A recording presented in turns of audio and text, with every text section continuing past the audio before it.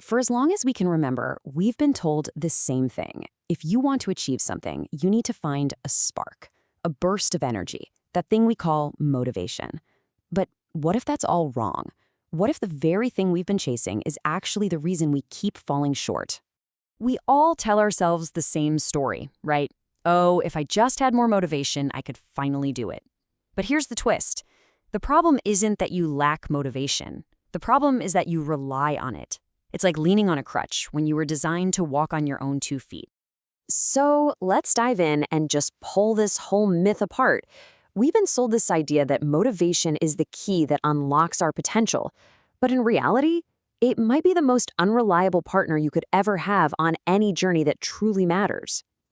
I mean, we've all been there, haven't we? It's January 1st, you're filled with fire, you've got your list of goals, you hit the gym, you start the new project, you feel absolutely unstoppable.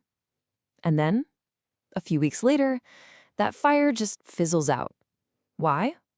Well, it's because the fuel we were using, motivation, is designed to burn out fast. And this really gets to the heart of it. We're always chasing motivation, that temporary, emotionally driven spark. It's a flame, and you know what? Flames die out. What we should be building is consistency, a sustained, intentional current, like a river. See, the goal isn't to feel like doing the work. The goal is to do the work, period, regardless of how you feel. So, okay, if motivation isn't the real engine that drives lasting change, then what is? Well, if you look closely at some of the most profound success texts from the last century, a really clear pattern starts to emerge, and it points to something way more powerful and something that's totally within our control.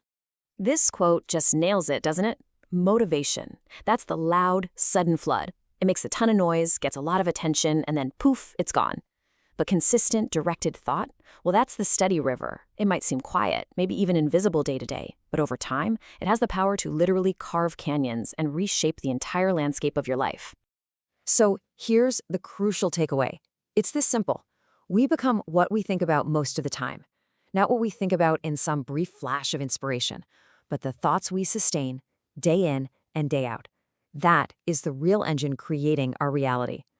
But how does this actually work? Is it some kind of magic? Not at all. There's a mechanism to it. It's all about understanding the relationship between the two parts of your mind and how they work together to create everything you experience. Okay, think of it like this. Your conscious mind, that's the gardener.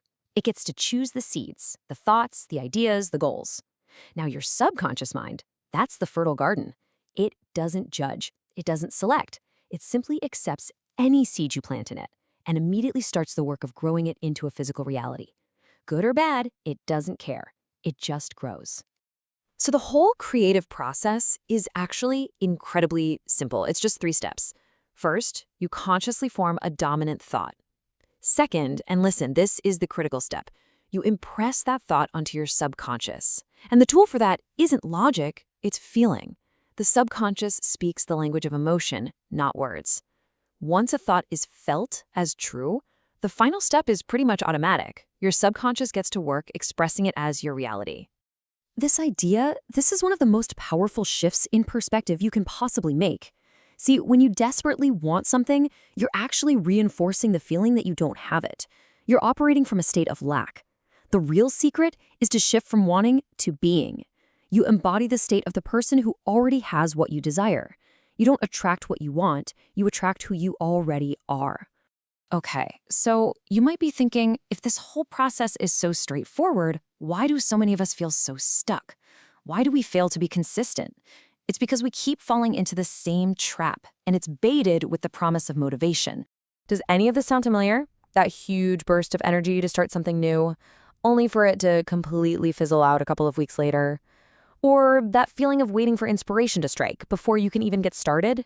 Yeah, that's the motivation roller coaster. And it's a ride that never actually gets to the destination. And here's exactly why that pattern keeps showing up. We're using a temporary, fragile tool, our fleeting emotions, for a permanent long-term job. I mean, think about it. A raft might be fine for a small pond, but you would never, ever trust it to cross an entire ocean. It's the same thing. Motivation will never be enough to carry you to a life-changing goal. All right, let's pivot from the problem to the solution. How do we get off that flimsy raft and start building a ship that's actually capable of making the journey? The answer is all about shifting our focus. We stop trying to control the outside world and we start, very deliberately, building our inner one. This right here is the crucial distinction. Desire always operates from a place of lack. The statement, I want this, is really an affirmation that I don't have this. It's always focused on some distant future. Assumption is totally different. It's about identity. It says, I am this right now. The feeling is one of present tense reality. This single shift from wanting to being is everything. This whole process really rests on 3 simple pillars. First up, a definite purpose. You have to know exactly what you want. Not a vague wish like, I want to get in shape, but a crystal clear vision of the outcome. Second, sustained thought. Holding that vision in your mind consistently, day after day. And third, and this is the most important piece of the puzzle, assumed identity. You stop trying to get there and you start thinking, feeling, and acting like the person who is already there. And that brings us to the core realization of this entire explainer. For years, maybe our whole lives, we've been asking the completely wrong question. We've been asking, how do I get motivated? The real work, the true engine of change, has absolutely nothing to do with chasing a feeling that comes and goes. The goal is to make a decision about your identity. Because once you truly decide who you are, your actions will start to align with that decision automatically. No motivation required. So I'll just leave you with this. Stop waiting for the spark. Stop trying to find the perfect mood or that next burst of inspiration. Instead, ask yourself a much deeper, much more powerful question. Who are you deciding to become starting right now?